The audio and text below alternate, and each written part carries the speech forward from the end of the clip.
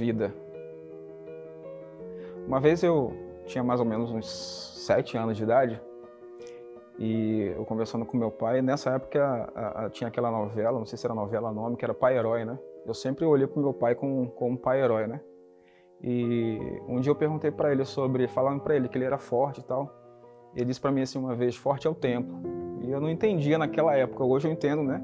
Os cabelos ficando brancos, a gente começa a entender que o tempo é forte.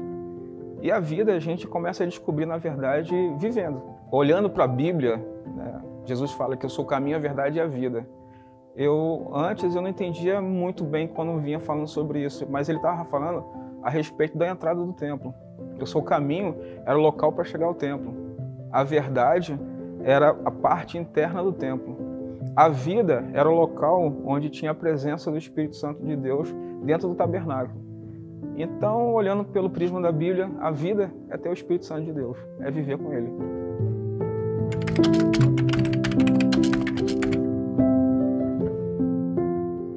Uau, isso é pergunta de concílio, sabia? Deus é o criador de todas as coisas. Deus, Ele é soberano. Deus, Ele está acima de tudo. E eu até estava dizendo que a tentativa de falar Deus ainda não vai dizer quem Deus é. Mas tem um texto na Bíblia que é muito interessante, que diz assim, que Deus é amor. Então, eu olhar para Deus como Deus amor, me supre todas as necessidades de tentar explicá-lo. É só viver, porque amor é uma escolha. Então, eu escolhi Deus, eu vivo esse amor, então eu vivo Deus. Toda tentativa humana de explicar Deus ainda não é o que Ele é.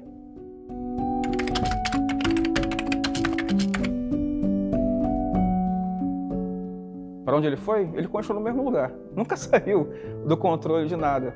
É porque a gente perde o foco das coisas. E muitas das vezes a gente vai olhando para as dificuldades, vai passando e a gente acaba se afastando de Deus e a gente não percebe que Deus está ali.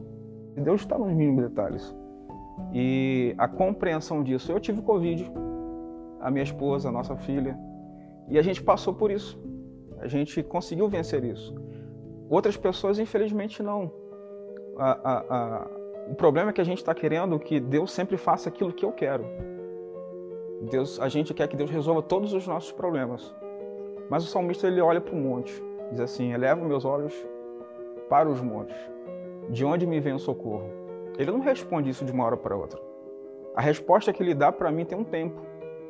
Então, esse tempo, ele lembra de todas as coisas que aconteceram. Ele diz assim, o meu socorro vem do Senhor, que fez os céus e a terra. Deus não se distanciou da gente. A gente que se distanciou dele.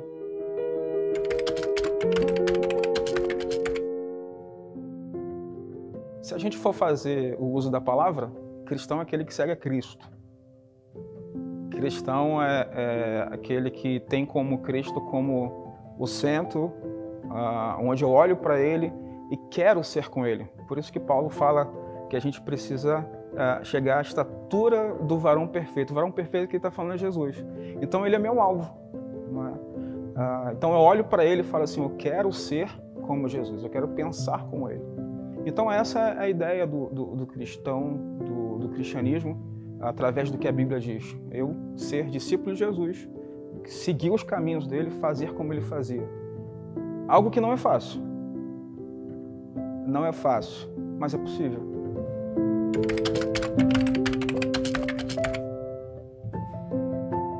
Infelizmente, a gente minimizou muita coisa durante muito tempo. Alguns dizem que é melhor não falar sobre o assunto, porque aí ele vai se resolver depois. Não, a gente precisa falar, a gente precisa dizer. A gente está numa comunidade hoje em Canaã dos Carajás, né, que eu acredito que muitas pessoas vão participar desse momento. A nossa cidade é uma cidade plural de culturas. A gente pode dizer que o Canaã é um corte do país, né? A gente tem várias culturas no Brasil, a gente tem várias culturas em Canaã. E por causa disso, a gente tem entendimentos diferentes, às vezes, de determinadas coisas. Eu sou do Rio, minha esposa é de São Paulo.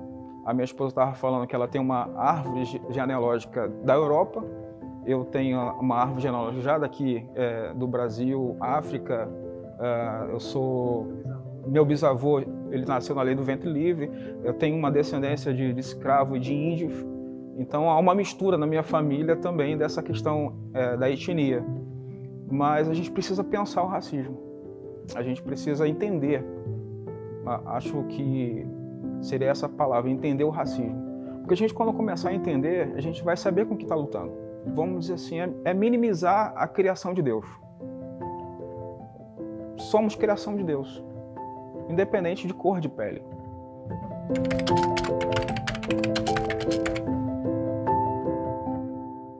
Existe. E por que tem muito cristão que não tem medo do inferno? Porque não entendeu. Não entendeu as escrituras, não entendeu o que Jesus disse, não entendeu a questão do local. Porque assim, o que eu vou falar parece estranho, mas isso está na Bíblia. Não é porque uma pessoa frequenta a igreja, foi batizada, frequenta reuniões, que ela está salva. Por isso que Jesus vai falar assim, existe trigo, existe joio. Você não tem como separar os dois, porque se você arrancar o joio, ele pode matar o trigo. Isso vai acontecer só quando Jesus voltar, que ele vai separar quem realmente é dele e quem não é. Então, não é porque uma pessoa está em uma instituição religiosa que ela é salva. E não é porque uma pessoa está numa instituição religiosa que ela sabe de todas as coisas. Ela pode estar aprendendo também. Então tem muita gente que ainda não entendeu as coisas.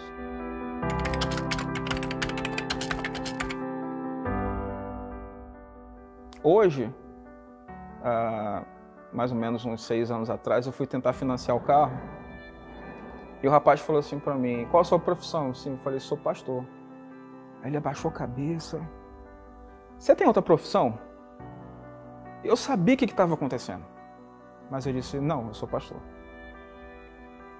E aí ele falou assim, é porque se eu colocar pastor não passa. As coisas mudaram porque, infelizmente, como eu disse, os homens tomaram decisões equivocadas. Existe um mau pastor? Claro. Existe um bom pastor? Aí é Jesus, né? Jesus falou que aí é Deus, né? Deus é o bom pastor. Mas vamos colocar de forma humana, né? Existe um bom pastor? Existe. Existe. A questão toda, para mim, é que a gente olha muito... Eu queria que fosse assim, que todo crente, todo pastor, não cometessem erros. Mas são seres humanos. Eu faria uma pergunta, assim, de volta. Você vai para qualquer médico? Não. Se você chegasse, por exemplo, no consultório, e o médico estivesse sentado lá, você olhasse para a parede dele, aí tivesse lá o diploma dele, tudo direitinho, bonitinho, aí tivesse a grade curricular dele mostrando as notas. Aí você tá indo lá para fazer uma cirurgia. Aí você olha as notas dele assim, de rabo de olho, você vê que ele passou em tudo assim com 5. 5, 5, 5, 5. Não dá. Eu não faria, não. Eu ia procurar um outro médico. As pessoas fazem isso com a saúde, mas as pessoas não fazem isso quando se trata no cuidado da alma, no cuidado da fé. Porque existem pessoas que estão mal estruturadas para estarem naquela posição que estão. E existem consequências para isso. Então, para mudar, o que eu tenho que fazer? Eu tenho que viver princípios. Eu tenho que viver entendendo, eu como Daniel, como pastor, eu tenho que viver entendendo que se eu errar, eu posso levar outras pessoas a errarem. E a gente, de forma geral, a gente tem que começar a entender também que existem boas pessoas, pessoas de caráter, existem pessoas que não têm caráter. E eu não posso entender que todo mundo que está ali, todo mundo está certo, todo mundo... Não, eu tenho que olhar entendendo que existem lugares que eu posso ir, existem lugares que eu devo evitar de ir, mesmo quando se trata de igreja.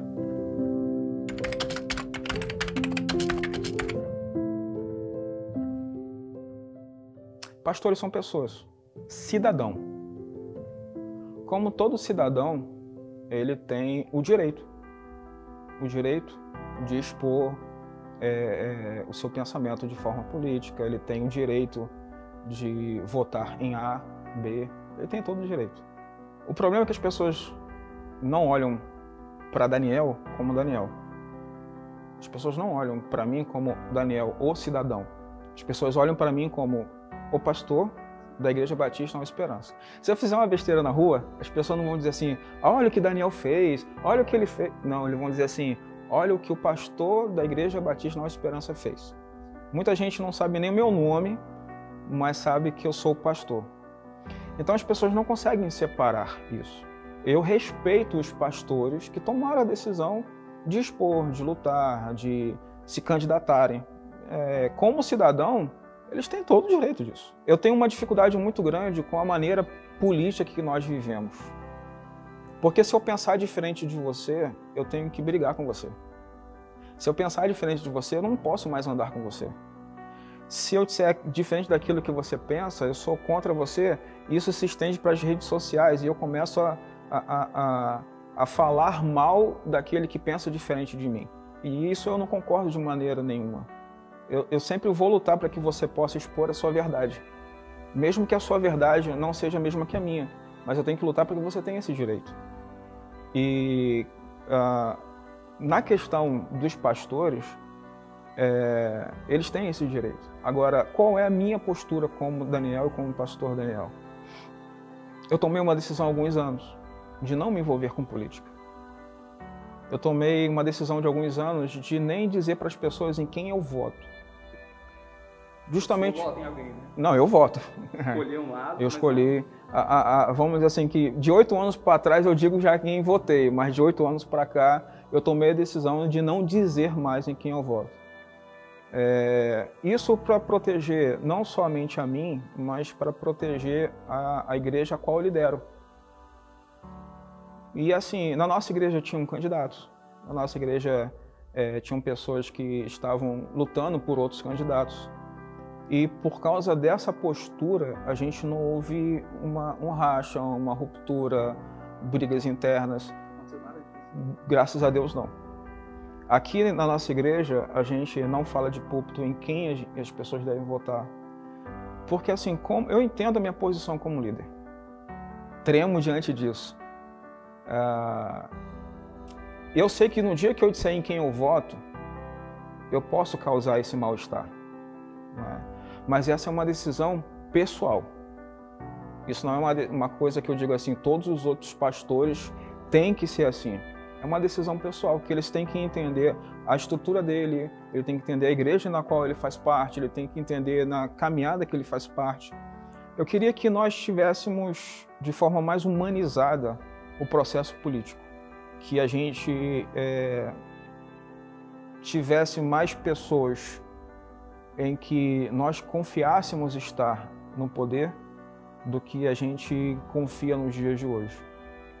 Tudo, infelizmente, tem virado discórdia. A cidade precisava se unir mais. Como a gente está falando de cidade, né? A gente, como cidade, a gente precisava se unir mais. E eu acredito que existe possibilidade de fazê-lo. Existe possibilidade de fazer. Enquanto nós estivermos como objetivo junto, a gente consegue lutar junto.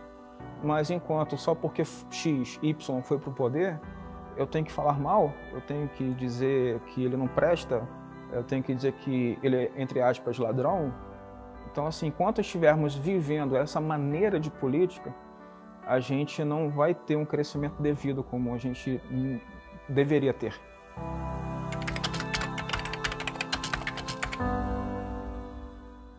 Rapaz, bastante. O que faz o senhor chorar? Vários tipos de emoções. Eu descobri que eu me tornei chorão. Já era chorão, eu me tornei chorão, né? Eu choro por emoções alegres. Eu choro por ver uma criança nascendo. Eu choro por ver um filho dizer que ama o pai. Né? Eu choro... Choro de saudade, choro de tristeza. Eu sou um homem, eu sou um ser humano normal. Não é por causa da função que eu sou diferente dos outros, eu sou igual. Eu tenho uma camisa que eu gosto muito dela, inclusive, por gostar dessa camisa, eu sofri um acidente e rasgou a camisa. E no dia de uma programação do meu aniversário aqui, a igreja, a gente trabalha com células, né, dividido em redes. Aí nós temos 4 redes, são 4 cores diferentes. Aí fizeram essa camisa para mim com 4 cores diferentes. Eu sou pastor, mas também sou ovelha. Eu não posso esquecer que eu sou igual. Enquanto eu não esquecer que eu sou igual, eu vou continuar chorando de alegria e de tristeza. Mas uma das coisas que mais me faz chorar hoje é ver que as pessoas não estão vivendo em plenitude daquilo que elas podiam viver. Isso faz você chorar sempre? Me entristece muito, porque as pessoas elas se afastam daquilo que Deus fez a gente, sonhou com a gente. E eu vejo às vezes as pessoas se perdendo muito, se perdendo.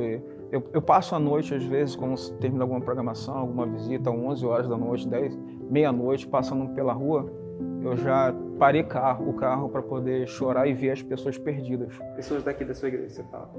Também, né? também. Mas assim, chorar porque assim, as pessoas elas depositam às vezes em uma noitada, depositam às vezes em um novo relacionamento achando que vai ser resposta para todas as coisas e aí descobre que não é e daqui a pouco se frustra e tudo mais e voltam para as depressões e voltam às vezes para as opressões que acabam acontecendo e nós temos vivido um momento muito grande de depressão e porque as pessoas estão depositando suas esperanças no lugar errado.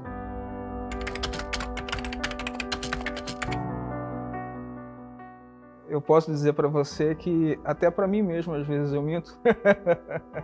Por quê? Eu fiz cirurgia bariátrica, apesar desse tamanho que eu tô hoje. Já foi maior. 8 anos de Canaã, eu engordei 20 quilos, mas eu cheguei a 180 quilos. Então quando eu digo assim, não é só hoje, eu tô mentindo para mim, né? É só hoje que eu vou comer isso, é só hoje, então eu tô mentindo para mim, né? Então, assim, o que eu posso dizer para você é que eu tento mentir menos do que eu mentia. A gente é ser humano.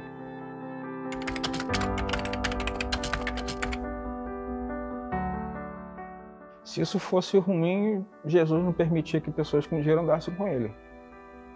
O problema não é o dinheiro. O problema é amar o dinheiro.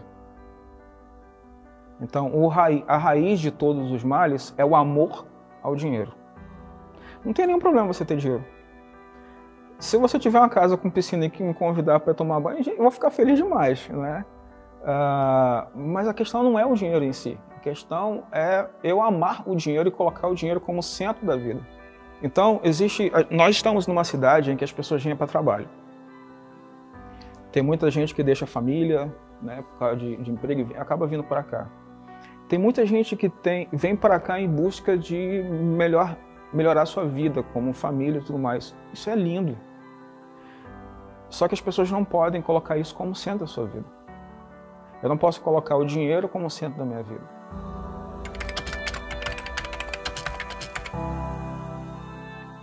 Uau! Não, porque não tinha nem isso na época. Mas se fosse hoje.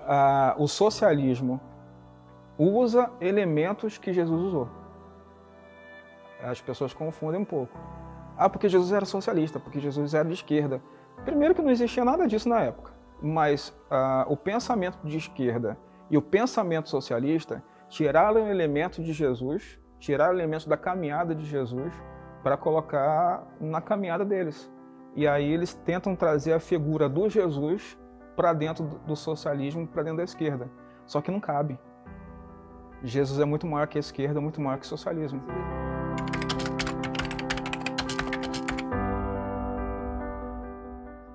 Se Jesus estivesse vivo hoje, ele seria crucificado. Não interessa a questão política, porque naquela época existiam questões políticas. Jesus é um preso político. Jesus é um preso religioso, que usaram política. Sim. E Jesus, se tivesse no dia de hoje, ele seria crucificado de novo, quer dizer, de novo não. Se Jesus viesse hoje e não naquela época, ele seria crucificado e ressuscitaria ao terceiro dia. Porque a Bíblia disse que isso ia acontecer. Então ele veio, foi crucificado, ressuscitou, como as Escrituras dizem, e como a Escritura também disse, ele vai voltar.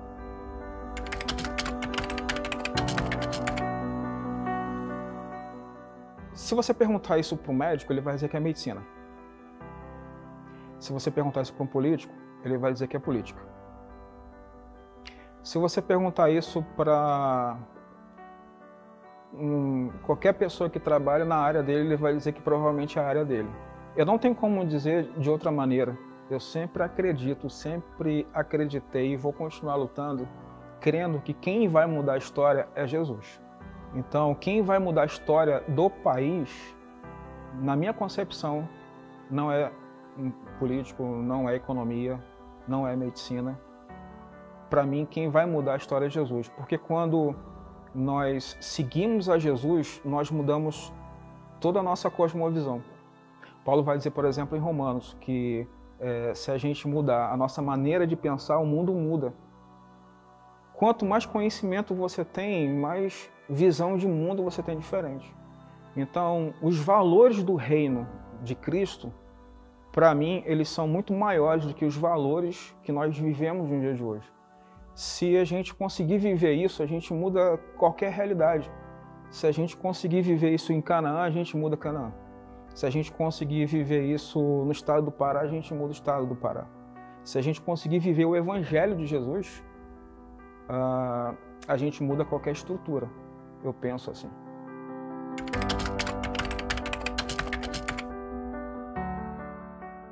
Esse que está conversando com você.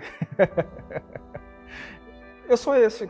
Eu não consigo ser na rua uma pessoa. Eu não consigo ser no púlpito outra. Eu tenho, vamos dizer assim, reações por causa dos lugares, né? Mas eu sou flamenguista, cara. Não faça...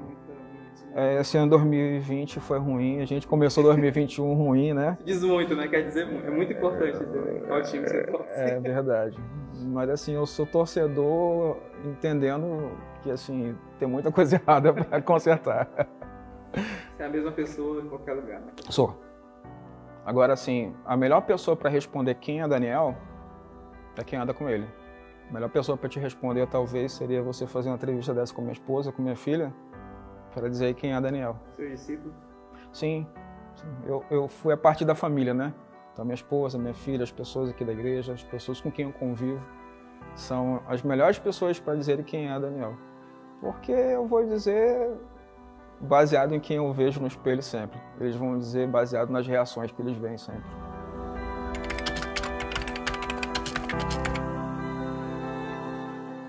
Aprendi a amar essa cidade. Eu aprendi uma coisa assim, que todo lugar que a gente vai, se a gente não amar aquele lugar, a gente nunca vai querer que aquele lugar melhore. E quando eu vim para Canaã, eu vim amando essa cidade. Eu amo essa cidade. Não nasci em Canaã, mas eu sou de coração daqui.